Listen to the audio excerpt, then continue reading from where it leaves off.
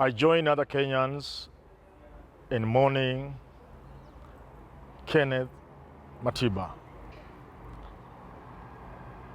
I condole the family, but I suggest we just celebrate his life. We should not, like Julius Malema in South Africa, begin looking for signals from Mama or Papa. Like Mark Antony said in Julius Caesar by Shakespeare, I think it is good that we just bury Ken Matiba. Ken Matiba was a giant son of this country. His contribution, of course, cannot be gainsaid. The struggle for multipartyism and good governance in this country was made possible because of the contribution of people like Kenneth Matiba. Kenya needed a man of the stature of Kenneth Matiba to break Moi into submission and into allowing multipartyism in the country. We therefore owe Ken a lot of gratitude. I know there are those who will have bad things to say, but I've already warned, let's not go the Malema way. I know there are those who said, after all, Matiba supported Moi. I know there are those who will say he derailed the original Ford, making it impossible for Kenyans to defeat Moi in 1992. A lot of these things would be said, but let's forget about them. Let's leave this to history.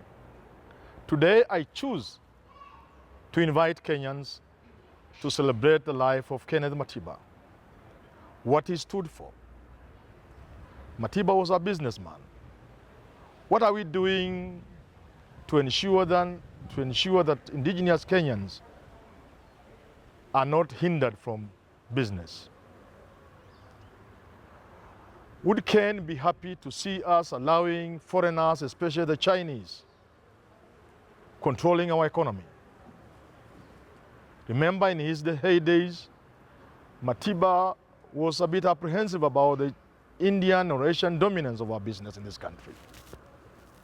Today, as we celebrate his life, let us ensure that we check the growing Chinese influence in Kenya and in Africa, so that we do not auction our country. Ken was a pioneer sports manager.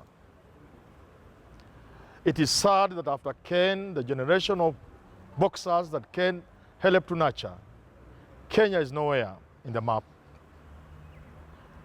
We have missed our sports. Medals we should get at the Commonwealth, at the Olympics, we don't get. We should celebrate Ken by being more serious when they come to sports. Let's celebrate Ken for the things he stood for. Ken suffered for this country. Would it be fair to Ken that these 28 or so years after, we are still playing our politics in such a way that the best man or woman is not able to win the elections? That we are manipulating our elections, making the struggle of Ken and the rest like him go to waste. Let's celebrate Ken by ensuring that in future we have competitive politics where there is fair play, where the best man and woman gets. Let's celebrate Ken because he was a career top civil servant who gave public services all and the best. What are we doing in this country? Do we appoint the best men and women to public service? Or do we use cronyism, nepotism? And therefore invite Kenyans to celebrate Ken by doing those things that Kenneth Matiba would have loved to be done for this country, especially because he gave his life, he gave his health, he gave all his property to ensuring that our politics were competitive, that those who aspired to national leadership would have a fair chance at going for the presidency and any other top position without manipulation by a few.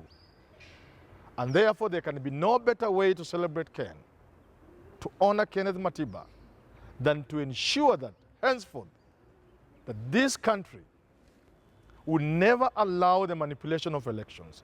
The shenanigans we are seeing with IEBC should come to an end, so that whenever, if we are going to put in place another IEBC, it must be in honor of Kenneth Matiba, by ensuring that that IEBC is not the Kivuitu IECK, is not the Isaac Hassan joke, is not the comedy of Wafula Chebukati and Ezra Chiloba. This will be in honor of Kenneth Matiba. So, Kenyans, as we lower Kenneth Matiba into the bowels of the earth, as heavens open to receive him, let's make a promise to ourselves. Let's have a covenant with each other as Kenyans, that no Kenyan will ever suffer in the way Kenneth Matiba suffered. A beginning point will be to ensure Miguna is here to witness the burial of Kenneth Matiba. Let's not do this to any other Kenyan.